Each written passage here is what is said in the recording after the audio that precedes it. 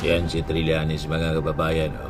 Sabi dito sa report ng Freeman, former Senator Antonio Trillanes, the fourth files a plunder complaint against former President Rodrigo Duterte.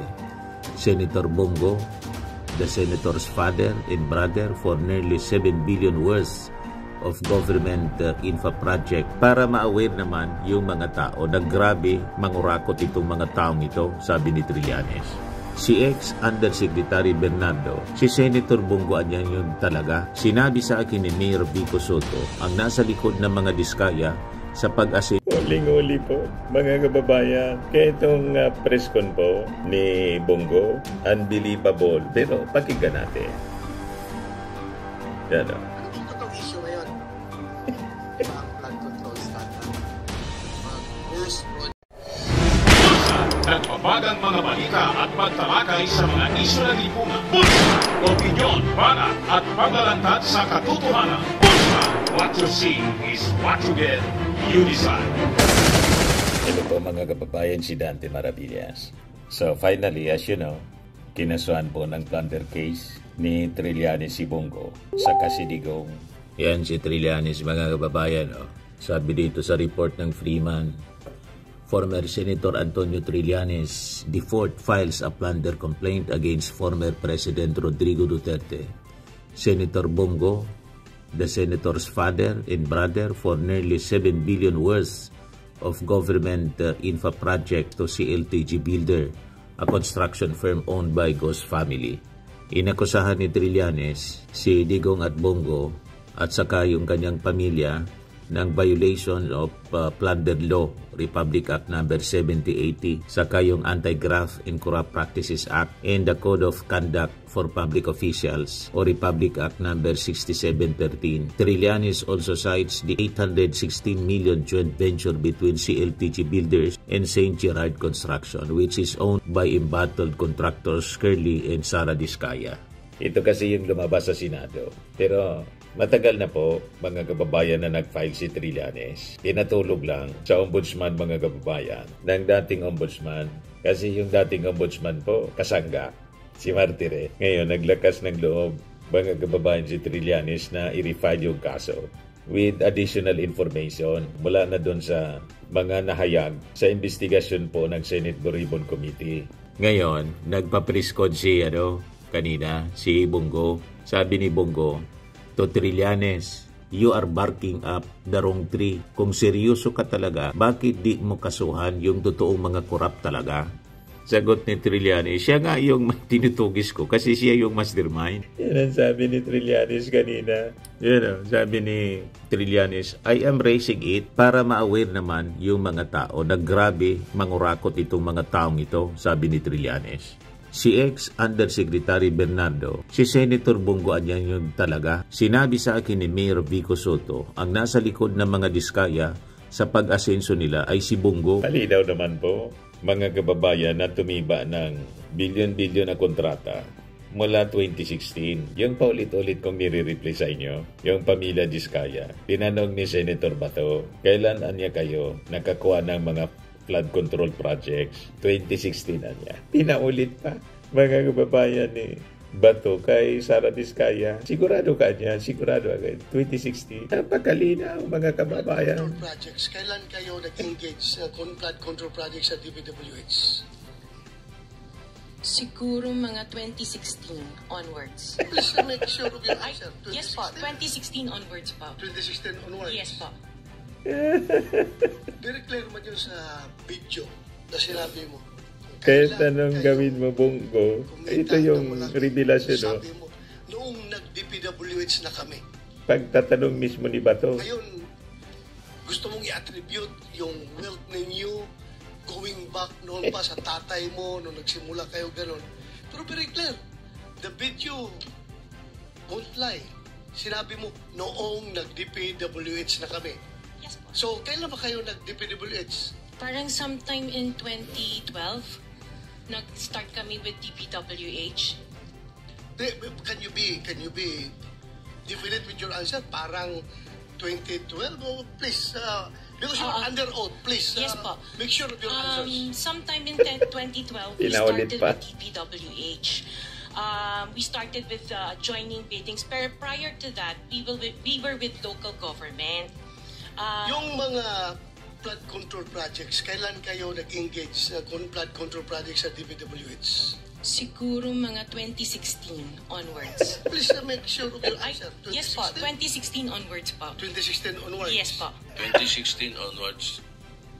May follow-up Yes, sir. ba? Okay. Go ahead, sir. Go ahead. Alright. Malinaw!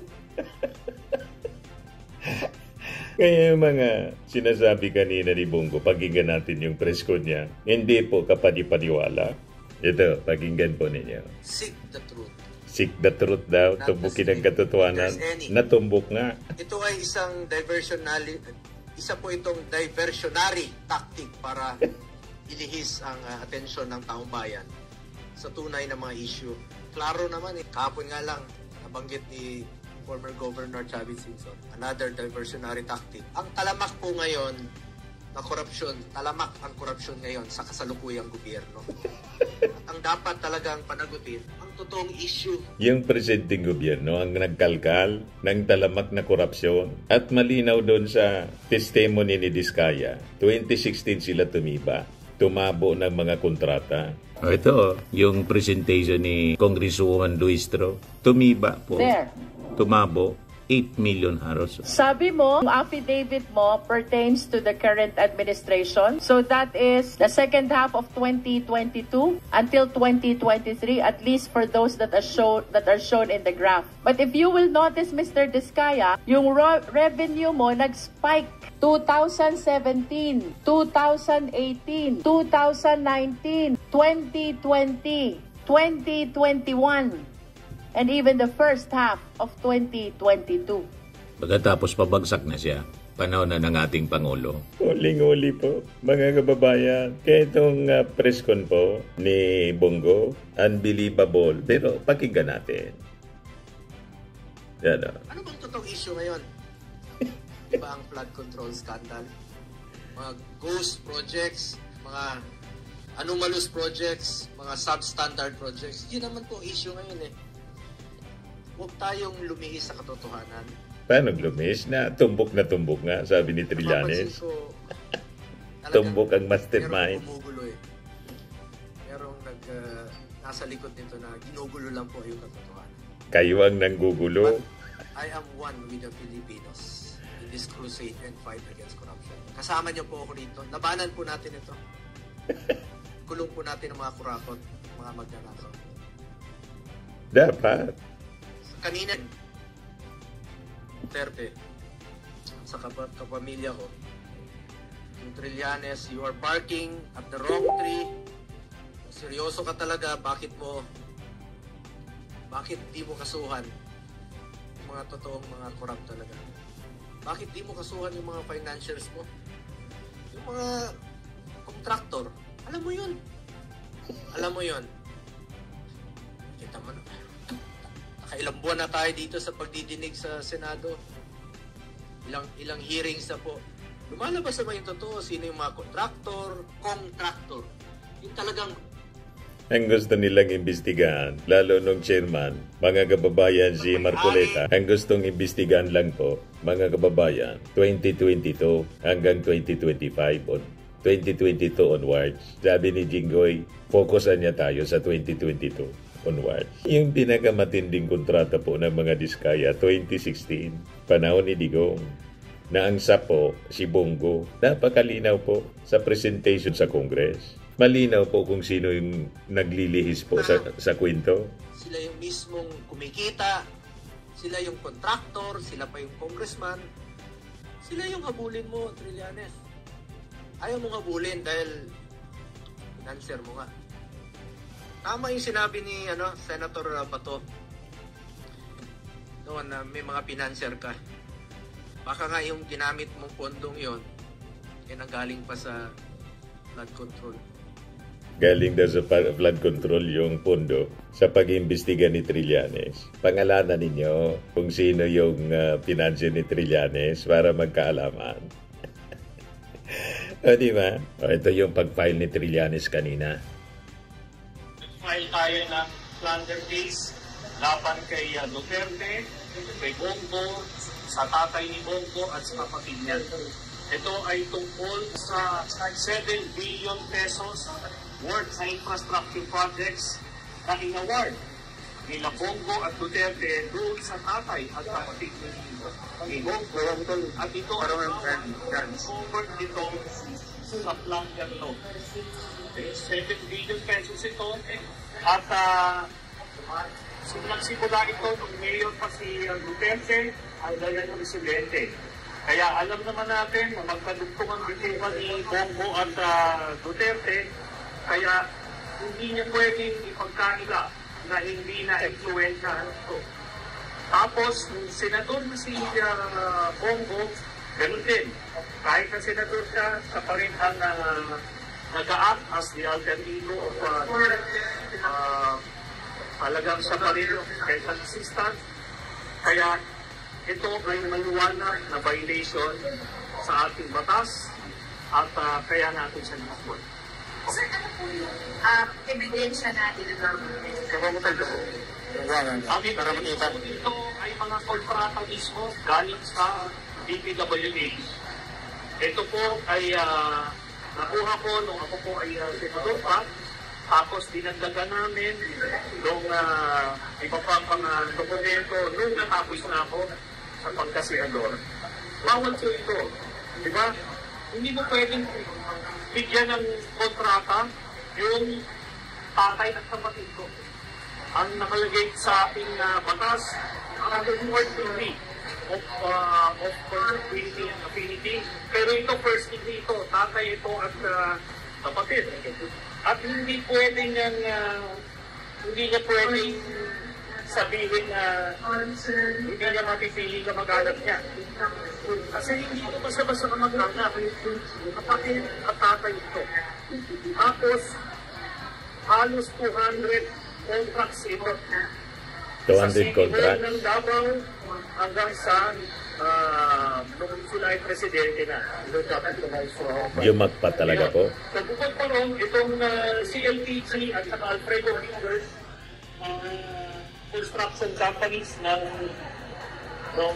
tatay at kapatid ni Bongo, undercapitalized ito, hindi sila pwede magkaroon ng mga proyekto ng mga daang bilyon. So ang ginawa nila, nagsisircumvent sila ng ating batas by having joint ventures with yung mga AAA licenses. Okay? So, bukod doon, bukod sa ating capitalized license lang ng mga panahon na yun, at kaya sila nag-joint venture. Tapos, may nakita rin tayo, sinama natin yan sa ating mga tinusulit sa media, 5 kontrata nila na malalaki, naaabot ng mahigit 800 million pesos doon na Vizcaya. Kaya yung sinasabi ni Bongo na hindi na kilala yung mga Vizcaya, ay may joint venture yung aming kapatid niya. Imposible. Tapos, paano nagkakilala itong mga ito? Diba? So yan yung mga problema ni Bongo harapin niya pag naisap pa na po. So, sa former President Duterte, paano sama-sama din sa hospital? Okay, isa yung principal. Ang nangyari dito, nung mayor pa si Duterte, executive assistant si Bongo. Maaaring iniisip nila na hindi naman kilala itong tatay at kapatid ni Bongo that time. Pero eventually, nung nag-presidente na, nakita natin si Bongo, nakilala natin si Bongo. At halos isang tao sila. So, ang pumipirma, ang nag-a-approve ay itong si Duterte, pero nasa likod niya itong si Bongo. Sir, so simula pa ng alkalde si Duterte, itong kaso na to hanggang doon sa mabuo yung 7 billion niya. Yes. 7 billion po. Simula ito noong 2018 hanggang present. Okay. At ito, sana lang. Halos 200 contracts ito. Sir, bukod sa mga kontrata, ano pa pong pruweba natin to prove po na may connivance, collusion, na meron pong pinaburan talaga itong CLTG Builders sa Alfredo? Ano pa pong ebidensya, sir? Alam natin, di ba, special assistant si Bongo ni Duterte. Tatay niya nakakuha at kapatid niya nakakuha ng 7 billion na kontrata. Kumaga, hindi na ito mahirapan. Di ba ang issue ngayon, sino ang politikong nasa likod ni Diskaya? Di ba? Sinasabi nila, sino ang politikong nasa likod? Darating tayo dyan, ha? Kasi makikita nyo rin kung sino nasa likod dyan. Pero, ito hindi ko na kailangan malaman kung sino nasa likod kasi tatay at kapatid mismo. That is how the plunder law was defined. Pag nag-benepisyo ka, illegally, sa mga, and through a series of acts. So, ito, pati pamilya mo, kasama ka yan. So, pinadagdagan ba yung mga masasapa ng kaso? Ngayon, binabanggit lang natin si Duterte, si Senador Bongo, yung tatay at kapatid. Meron ba mga additional DPWH officials o iba pa? Yung DPWH officials dito, yan na yung makukuha na testigo ng ombudsman. So ito yung pagkakataon nila. Kung hindi sila mag-cooperate, sila ang mga kasuhan.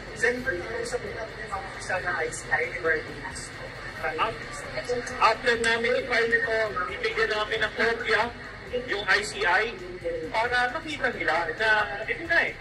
Di ba? Ito, diretso talaga ito. Tatay at kapatid. Binigyan mo ng bilin na kontrata. Ang nag-appoint daw po. Over nila yun. Kasi ganito yan. Ang nag-appoint daw kay Yusek Bernardo, si Bongo mismo, nagpa-appoint sa DPWH, sabi ni Trillanes. Hindi naman natin yung sinasabi niyan, pag yung kamag-anak mo may negosyo, hindi natin itigil. Tama yun. Pero dapat dun sa sinasakupan mo, hindi sila pwede magnegosyo. Kunyari, nung Davao Mayor si Duterte, dapat nasa Visayas yung pamilya niya nagnenegosyo or nasa private sector. Kung presidente na siya, hindi pwede, ang sakop na nila buong Pilipinas eh. Dapat, sinabihan niya yung tatay niya at kapatid niya na bawal yan, doon kayo sa private sector magnegosyo. Ganun lang kasimple yun. Sir, ang Supreme Court kasi may requirement na dapat may main plunderer. This is a 26 Ay, ano may? Requirement po na main plunderer para makasipin ng conviction. Sino po ang main plunderer dito po sa atin? Si Bongo. Kasi siya yung central figure dun sa tatay at kapatid. Tapos, yung kanyang relationship with Duterte enabled this thing to happen.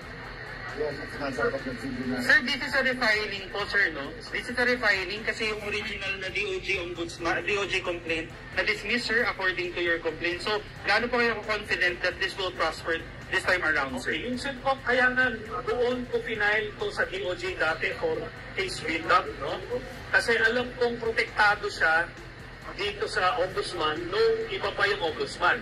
Ang ginawa nung dating Prosecutor General against the order ng Secretary of Justice, sinubmit niya dito. And that eventually led to his dismissal or relief doon sa position niya. Kaya anong ginawa rito? Hindi inabisigahan. Not even a day or an hour was devoted in investigating it. Talagang ginawa nila. Pero without prejudice yan, nagkaroon pa tayo ng pagkakataon, dagdagan kung muna natin gunahin. Balikan natin si Bongo kasi may pagbabanta siya na pag naliis daw yung investigasyon, magkakagulo. Sabi ni Trillanes, tumbok nga, ikawan niya yung mastermind. Pakinggan natin yung pagbabanta niya, magkakagulo daw. Salamat po sa inyong oras at pakikinig sa akin. Kaya po, pakiusap po ito. Hindi po ito pagtuturo wala yung audio. ay the Ombudsman and the DPWH to seek the truth, not the script, if there is any. Tumbukin nyo lang po ang katotohanan. Maniwala kayo sa hindi. Pag inilihis yung issue, magulo po ito. Magagalit po ang Pilipino. Magagalit ang Pilipino pag niloloko nyo. May pagbabanta siya. Sa katotohanan. Yung katotohanan lamang po, tumbukin nyo po, I am one with our countrymen. in this crusade and fight against corruption. Ikulong ang mga kurakot at mga magnanakaw. Kilala niyo naman yung mga buhaya. Napapangalanan na eh. Yung iba nagtatago lang talaga. Hindi ko alam saan sila nagtatago o pinagtatakpan nyo lang talaga. Para ilihis yung katotohanan. Dito lang tayo sa katotohanan. The truth. Hindi kayo magkakamali. Pag doon lang tayo sa katotohanan. Salamat po. Sabi ni Trillanes, ulitin natin, siya nga yung tinutugis ko kasi siya yung mastermind. You see? Pwedeng gawin po ni Bongo, face the music. Diba? Hindi yan madadala sa press con at pagbabanta ng kaguluhan. Kasi mulat na yung ating mga mamamayang Filipino. Yan o. Yung kumpanya ni Diskaya na kapartner po ng kumpanya ng pamilya ni Bongo, si LTG, tumiba mula 2016, sakto sa testimony ni Sara Diskaya. You see? So abangan na lang po natin mga kababayan ang mga developments ng balitang ito. Kasi papunta pa lang tayo sa exciting part. Firmax Firming and Lifting Cream, pinapahid po sa mga pulses in affected area. Mainam po sa paninigas ng mga kaso-kasuan. Ito naman po, Automax Radiant Serum. Sa mukha naman yung application, anti-aging po siya. You will look 10 years younger than your age. Sa mga cancer patients naman po, baka lang gusto ninyo itong itry. Neng siya Red Mix Fruit Drink. Hindi mo po siya gamot, food supplement siya. Kaya lang, gawa siya mga kababayan sa goji berry. Yung goji berry may anti-cancer properties. O ngayon, yung mga inquiries ninyo, dumiritso na lang kayo sa aming messenger sa Facebook para masagot namin agad. Ayos pa? Ayos na ayos niya, Mr. Maravilla. Sa mga naghanap po ng malinis and spacious fitness gym, pumunta lang po kayo sa aming Colossal Fitness Gym. May Grab car rental din po kami. But anyway, ito po pala yung aming bagong product na binibenta online. I am worldwide amazing pure organic barley powdered drink mix from Australia. Negosyo to ng aking anak na architect entrepreneur Riz Maravillas. Ayan po. Kontakin na lang po ninyo siya, Riz Maravillas on Facebook. Ang mga health benefits niya, boost immunity, improves digestion, enhance energy levels, packed with antioxidants, prevent cancer. Ito naman po yung bago naming product na binibenta online. Eye Glow Serum, whitening po siya. Tingnan ninyo yung epekto sa aking anak na architect before and now. Yung mga inquiries po ninyo, dumiretso na lang kayo sa kanyang Facebook account, Riz Maravillas.